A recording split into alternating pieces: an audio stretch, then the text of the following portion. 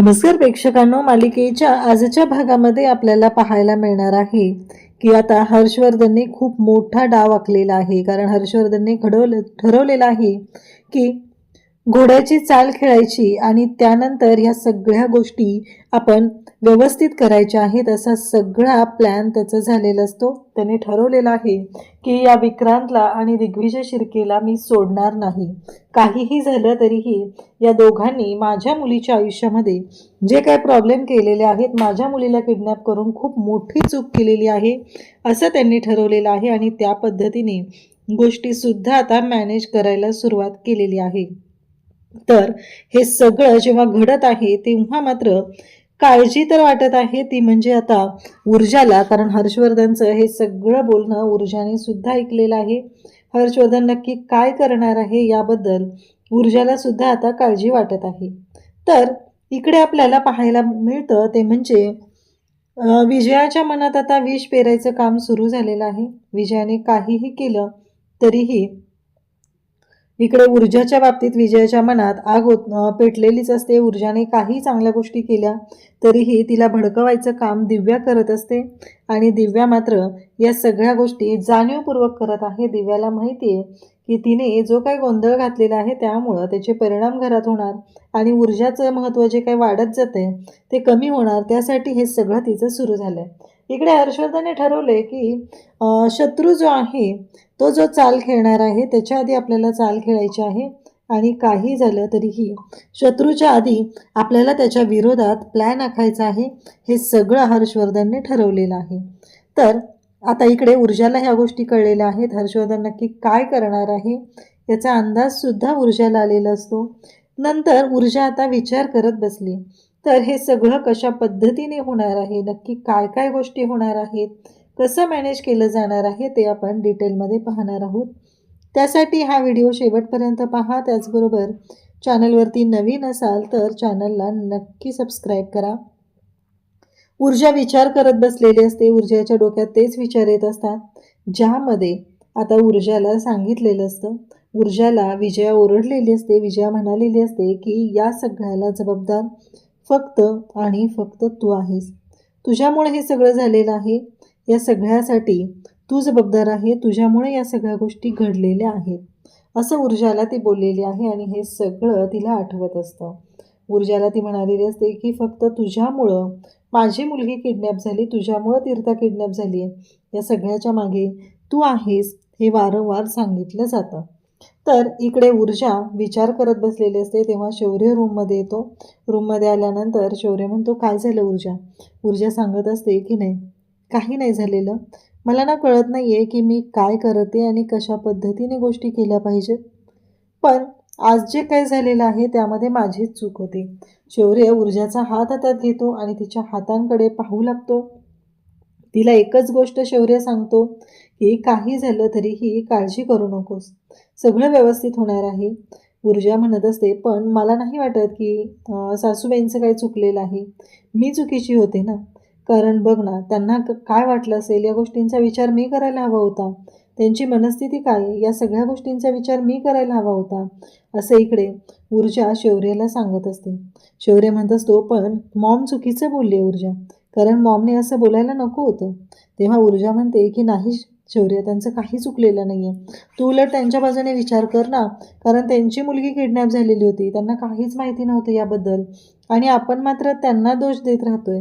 त्यांना दोष नाही दिला पाहिजे शौर्य. आपली चूक होती ना. कारण बघ ना तू, आपण हट्ट केला. खरं तर त्यांच्या बाजूने थोडं शांतपणे विचार करणं गरजेचं आहे. आता ऊर्जाचा हा जो समजूतदारपणा आहे ते पाहून शौर्य म्हणत असतो की खरंच ऊर्जा, म्हणजे किती करतेस तू हे सगळं, म्हणजे किती चांगल्या पद्धतीने तू विचार करते. तू जराही विचार केलेला नाहीस की हे सगळं काय होतंय किंवा तू याच्यामध्ये अडकली जाते. या कोणत्याही गोष्टींचा तू विचार केलेला नाहीस. उलट तू मॉमचाच विचार केलेला आहे आणि मॉमच्याच बाबतीत तू बोलत आहे. तुझ्या मनात जराही मॉमच्याबद्दल राग नाही आहे. तेव्हा ऊर्जा सांगते की नाही, कारण त्या ज्या वागलेल्या आहेत त्या त्यांच्या जागी योग्य आहे. कारण त्यांची मुलगी त्यांच्या डोळ्यांसमोर नव्हती. त्यांना त्रास होणं स्वाभाविक होतं. आपण त्यांना समजून घेणं गरजेचं आहे.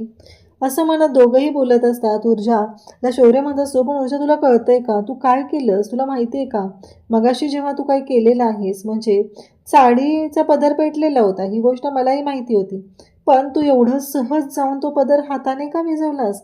अगं पण तुला काय झालं असतं तर स्वतःच्या जीवाचा विचार करायचा. ऊर्जा म्हणते, अरे तुला कळतंय का, तीर्थाच्या साडीचा पदर पेटलेला होता आणि मी मात्र बघत बसायचं होतं, तिचा जीव तिथं धोक्यात होता आणि मी बघत बसले असते तर हे पटतंय का? तेव्हा शौर्य म्हणत असतो की पण ऊर्जा खरंच मनापासून किती गोष्टी करतेस तू, म्हणजे किती बिनधास्तपणे तू जराही स्वतःचा विचार केलेला नाही आहे. एवढं सगळं झालं तरीही तू फक्त आणि फक्त तीर्थाचा विचार केलेला आहेस. इकडे तीर्था मात्र बसलेली असते, तिला झोपच लागत नसते. तिला तो क्षण आठवतो, तो माणूस आठवतो ज्याने तिला हिप्नोटाईज केलेलं होतं, तो पक्क्याने तिला ज्या पद्धतीने हिप्नोटाईज केलेलं असतं आणि ती पक्क्याच्या मागे निघालेली असते. डोळे बघून त्याने भुरळ पाडलेली असते आणि इकडे मात्र तीर्थाच्या लक्षातही आलेलं नसतं. इकडे ऊर्जा शौर्य बोलत असतात. तेव्हा ऊर्जाला शौर्य म्हणतो की तीर्थ आता ठीक असेल ना? तेव्हा ऊर्जा म्हणते की मी आता इथे नाही आहे झोपत. मी ऊर्जा म्हणते की मी तीर्थाकडे चालली, आज मी रात्रभर तीर्थाकडे थांबते. तेव्हा शौर्य म्हणतो की चालेल, म्हणजे खरंच आज तिला गरज असणार आहे. असं म्हणत दोघंही एकमेकांशी बोलत असतात आणि त्याच वेळेस इकडे ऊर्जासुद्धा सांगत असते. शौर्य म्हणत असतो की खरं हा तू जो निर्णय घेतला आहे ना, तो मला खरंच पटलेला आहे. आणि इकडे तीर्था खूप रडत असते. तिला तो क्षण आठवत असतो की जेव्हा तिच्या तोंडाला बोळा लावलेला असतो आणि तिला बेशुद्ध करत असतो विक्रांत. त्याचबरोबर तिला ज्या पद्धतीने ते गुंड घेऊन गेलेले असते, विक्रांतचं वागणं, त्या मुलीला तिने मागं लागलेली असते की मला तुझा मोबाईल दे, मला एकदा घरी फोन करू दे माझ्या. तेव्हा विक्रांत तिथे येतो. तिच्यावरती ज्या पद्धतीने ओरडलेलं असतो ते सगळं तिला आठवत असतं आणि ती मात्र खूपच पॅनिक झालेली असते. आणि त्याच वेळेस आता ऊर्जा तिथे येते. इकडे विक्रांतसुद्धा आता स्वतःच्या तोंडाला मलम लावत बसलेला असतो, कारण त्याची ती लायकीच आहे हे आपल्याला माहितीच आहे. स्वतःचं तोंड फोडून घेतलंय, गरज नसताना तो आज ज्या पद्धतीने तीर्थाशी वागलेला आहे त्यावरून तर क्लिअर होतं आहे की खरंच विक्रांत पूर्णपणे चुकीचा आहे. कारण तीर्था, पद्मा, ऊर्जा या सगळ्यांच्या बाबतीत तो चुकीचाच वागत आहे, चुकीच्याच पद्धतीने तो वागत आहे, ही गोष्ट मात्र लक्षात आलेली असते. त्यानंतर इकडे पाहायला मिळतं ते म्हणजे ऊर्जा ज्या पद्धतीने हे सगळं मॅनेज करत असते, ऊर्जा समजून घेत असते, यामुळं तर विक्रांतचे प्लॅन फ्लॉप होत असतात. आता अर्पिता विक्रांतच्या जवळ आलेली असते आणि ती म्हणत असते की हे बघ विक्की, तू जे काही करतोयस ते मला मान्य आहे. तू सकाळी एकदा जरी मला बोलला असतास ना तर मी तुला तिथे जाऊ दिलं नसतं. तेव्हा तो म्हणत असतो म्हणजे? ती म्हणते की तू चुकीचा निर्णय घेतलेला होता, तुला कळतंय का याचे परिणाम काय होणार आहेत ते. या सगळ्या गोष्टींचा जर विचार केला तर तुझा निर्णय चुकलेला होता. या गोष्टीची जाणीव तुला असली पाहिजे. आणि तू डॅडवरती म्हणजे डॅडच्या बाबतीत तू असं कसं काय करू शकतोस? आपल्या आईवडिलांशी जर तू चांगलं वागू शकत नसेल तर त्या कोणत्याच गोष्टीला अर्थ नाही. इकडे ऊर्जाने तीर्थाला जवळ घेतलेलं असतं आणि त्याचबरोबर तीर्थाला म्हणत असते काळजी करू नकोस, आपण आपल्या घरी आहोत ना आता, काळजी करायची अजिबात गरज नाही, असं ती सांगत असते. आणि त्याच वेळेस इकडे ऊर्जा म्हणत असते की हे बघ तीर्था, ती म्हणते की वहिनी आज तू माझ्याबरोबर थांबशील का गं थोडा वेळ? तेव्हा ऊर्जा सांगते की थोडा वेळ नाही, मी आज रात्रभर इथेच थांबणार आहे तुझ्यासोबत. असं म्हणत तिने तीर्थाला जवळ घेतलंय, तिची समजूत घालायला सुरुवात केलेली असते. कारण तीर्था खूप लाघवी आणि साधी मुलगी आहे, तिच्या मनात अजिबात काही कपट नसतं, ती कधी कोणाच्याबद्दल वाईट विचारही करत नाही, ती फक्त सगळ्यांना जीव लावत असते. या सगळ्या गोष्टी आता लक्षात आलेल्या असतात. आणि त्याचबरोबर इकडे आपल्याला पाहायला मिळतं की ऊर्जा तिची समजूत घालत असते, तिला जवळ घेते आणि तिला म्हणते की तू शांतपणे झोपी जा, मी आहे तुझ्यासोबत, अजिबात काळजी करायची गरज नाही, असं तिने सांगितलेलं असतं. आणि नेमकं त्याच वेळेस आता दिव्या तिथे येते. दिव्या हे सगळं वाकून पाहते. दिव्याला आता भारी वाटत असतं की चला आता आयती संधी मिळालेली आहे आणि आपल्याला आपल्या पद्धतीने गोष्टी करता येणार आहेत, असं दिव्याच्या डोक्यात सुरू झालेलं असतं. म्हणून तर दिव्या वाकून पाहते आणि म्हणते म्हणजे सासूबाईंची जागा घेण्याचा प्रयत्न चालू आहे म्हणायचं, जाऊन सासूबाईंना सांगितलं पाहिजे. स्वतःच्याच बहिणीच्या विरोधात कारस्थान करताना या दिव्याला जराही लाज वाटत नाही. इकडे विजया रडत असते. हर्षवर्धन तिची समजूत घालत असतो. हर्षवर्धन तिला म्हणत असतो की काळजी करू नकोस, सगळं होणार आहे व्यवस्थित, तू अजिबात काळजी करू नकोस. तेव्हा मात्र विजया म्हणत असते की काय हो, आपला मुलगा आपल्याशी किती चुकीच्या पद्धतीने वागतोय. त्याला आपल्याबद्दल कसं बोलायचं, काय करायचं या कुठल्याच गोष्टीचं भान राहिलेलं नाही आहे. बायको आली म्हणून लगेच बदललेला आहे तो. तेव्हा हर्षवर्धन खूप चांगल्या पद्धतीने तिची समजूत घालत असतो. हे बघ विजया, म्हणजे आपण मुलांना जन्म दिला म्हणजे त्याच्यावरचा सगळा कंट्रोल आपल्या हातात असतो का? अगं निस्वार्थीपणे आपण जन्म दिला. आपल्याला मुलांनी सांगितलेलं असतं का की मला जन्माला घाला? आपण स्वतः घालतो ना, आपल्या आनंदासाठी आपण मुलं जन्माला घालतो. मग मला सांग आता का विचार करायचा? तू का निस्वार्थीपणे विचार करत नाहीये आणि तू का ठरवत नाहीये की हे सगळं जे काय आहे ते असं झालेलं आहे? तर याचा अर्थ असा असू शकतो, उलट तू निस्वार्थीपणे बोलायला पाहिजेस आणि आज तू जे काय वागलीस ते चुकीचे वागली. अगं ऊर्जाने मला सांग, तिकडे तीर्थाला सोडवून आणलं आणि तू तिलाच ओरडत होती. मग कसं काय शौर्य तुझी बाजू घेईल सांग? शौर्य तिचीच बाजू घेणार ना. तिथे गुंडांच्या तावडीत असताना काय घडलेलं होतं, काय घडत होतं याबद्दल आपल्याला माहिती होतं का? मग आपण चुकीच्या पद्धतीने विचार करतोय की नाही, या सगळ्या गोष्टींचा विचार यायला पाहिजे तुझ्या डोक्यात. असं म्हणत आता हर्षवर्धन विजयाची समजूत घालत असतो. तिला सांगत असतो की काळजी करू नको, सगळं व्यवस्थित होणार आहे, असंही हर्षवर्धनने तिला सांगितलेलं असतं. इकडे दिग्विजय शिर्केला आता पक्षश्रेष्ठींकडून फोन आलेला असतो आणि फोनवर ते सांगत असतात की जे काय चाललेलं आहे ना ते लवकरात लवकर मिटवायचं आहे. प्रत्येक वेळेस तुम्हाला वॉर्निंग देऊन सुद्धा या सगळ्या गोष्टी घडत आहेत. कारण काहीही झालं तरीही हे सगळं जे काही चाललेलं आहे ते पटलेलं नाही.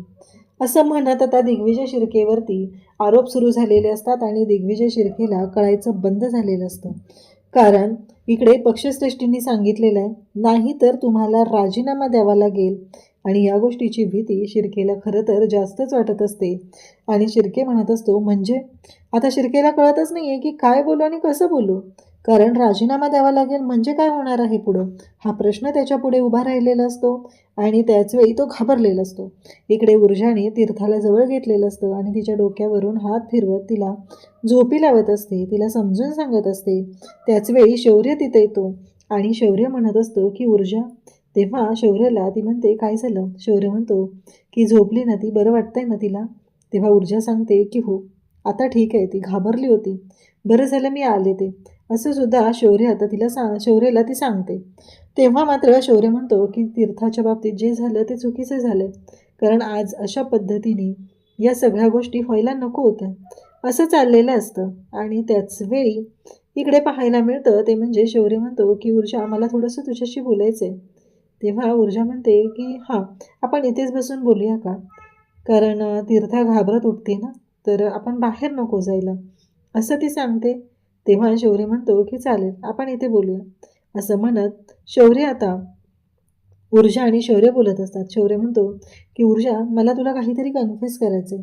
ऊर्जा म्हणते काय झालं, बोल ना. तेव्हा शौर्य सांगायला सुरुवात करतो की ऊर्जा, आज मला माहिती आहे मी चुकीचं आहे का नाही माहीत नाही आहे. माझ्या बाबतीत ही गोष्ट कळल्यानंतर तू माझ्या बाबतीत काय विचार करशील हेही मला माहीत नाही आहे. पण मला तुला एक गोष्ट सांगायची आणि ती म्हणजेच की ज्या पद्धतीने हे सगळं झालेलं आहे त्यामध्ये एक महत्त्वाची गोष्ट आहे आणि ती म्हणजे काहीही झालं तरीही आता मला कळलेलं आहे आणि त्यावरून ही गोष्ट क्लिअर होते ती की मी खूप भित्र आहे. म्हणजे मी वरून खंबीर वाटत असलो, कणखर वाटत असलो तरी मी तसा नाही आहे गं. मी आतून खूप भित्र आहे. म्हणजे मगाशी जेव्हा विक्रांतचा फोन आलेला होता, तीर्थाच्या बाबतीत हे सगळं घडत होतं तेव्हासुद्धा मी खूप घाबरलेलो होतो. मला कळत नव्हतं की मी काय निर्णय घेतला पाहिजे, काय केलं पाहिजे. पण तू खरंच खूप खंबीरपणे तिथं माझी साथ दिलेली आहे. सगळ्या गोष्टी खूप खंबीरपणे केलेल्या आहेत, असं जेव्हा सांगितलं जातं तेव्हा मात्र इकडे शौर्य तिला समजून सांगत असतो. तेव्हा मात्र शौर्यला ती सांगते, अरे शौर्य, तू किती निर्मळ मनाचं आहे माहिती आहे का तुला? कारण तू खरं तर प्रांजळपणे ह्या सगळ्या गोष्टी स्वतः कबूल केलेल्या आहेत आणि खरंच तू निर्मळ आहे, तू भित्रा नाही आहेस. मला माहिती आहे, कारण आज जी गोष्ट घडलेली होती ती खरंच खूप भयानक अशी होती आणि त्यावेळी आपल्याला या सगळ्यातून मार्ग काढणं सुद्धा तेवढंच गरजेचं होतं. आणि एक भाऊ म्हणून पॅनिक होणं म्हणजे तेवढं स्वाभाविक आहे. तू त्यासाठी स्वतःला ब्लेम नको करून घेऊ, असं इकडे ऊर्जा त्याला सांगत असते. तर इकडे उद्याच्या भागात आपल्याला पाहायला मिळतं की आता शौर्य हर्षवर्धनकडे आलेला असतो. ऑफिसमध्ये जायला ते दोघंही निघालेले असतात आणि मग शौर्य तिथं आल्यानंतर इकडे हर्षवर्धनला तो म्हणत असतो की डॅड, काल जे काय झालेलं आहे ती गोष्ट पटलेलीच नाही आहे. तेव्हा हर्षवर्धन म्हणतो की तुला काय वाटलं? तीर्थाच्या बाबतीत हे सगळं झाल्यानंतर आता मी त्या विक्रांतला आणि त्याचबरोबर दिग्विजय शिर्केला सोडून दिलं असं वाटतं तुला? नाही, अजिबात नाही. अशी गोष्ट कधीच मी करणार नाही. कारण त्यांनी माझ्या मुलीच्या बाबतीत जे केलेलं आहे ते पूर्णपणे चुकीचं आहे. त्याची शिक्षा त्यांना भोगावीच लागणार आहे, असं म्हणत आता हर्षवर्धन बोलत असतो. शौर्य म्हणत असतो की डॅड, कोणतीही मदत लागली तर मला सांगा, मी तुमच्यासोबत आहे, असं आता शौर्य सांगत असतो. आणि त्याच वेळेस इकडे पाहायला मिळतं ते म्हणजे हर्षवर्धन म्हणत असतो की हो, नक्की सांगेल. हर्षवर्धनने आता शौर्यला शब्द दिलेला असतो. ऊर्जाने हे सगळं ऐकलेलं आहे, पण हर्षवर्धन पेटून उठलाय ही गोष्ट मात्र आता तेवढीच स्पष्ट झालेली असते. आणि त्याचबरोबर इकडे पाहायला मिळतं की ऊर्जासुद्धा याबाबतीत विचार करत असते. त्यानंतर इकडे ऊर्जा आणि त्याचबरोबर शौर्य किचनमध्ये असतात. दोघंही किचनमध्ये काहीतरी बनवत आहेत हे पाहून लगेचच जाऊन आता एक चोंबडेपणा केलेला असतो, तो म्हणजे दिव्याने जाऊन सांगितलेलं असतं. आणि मग विजया तिथे येते आणि विजया मात्र म्हणत असते की आता माझ्या मुलाला किचनमध्ये पण काम करायला लावणार आहेस का तू? आता हे सगळं जे काही चाललंय तिचं चुकीचं चाललेलं असतं. ती चुकीच्या पद्धतीने विचार करत असते आणि त्याच पद्धतीने ती बोलत असते.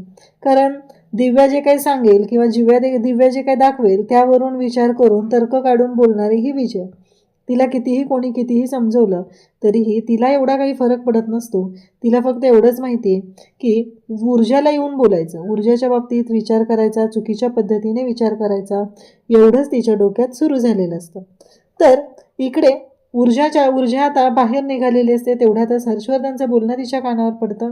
हर्षवर्धन इकडे सांगत आहे की शत्रूने चाल खेळण्याआधी आपल्याला चाल खेळायची आहे. आणि इकडे जेव्हा पक्षश्रेष्ठींचा फोन आलेला असतो तेव्हा दिग्विजय शिर्केने सुद्धा ठरवलेलं आहे की काहीही झालं तरीही आता या सगळ्याच्या मध्ये येणारा जो काटा आहे तोच मला दूर करायचा आहे.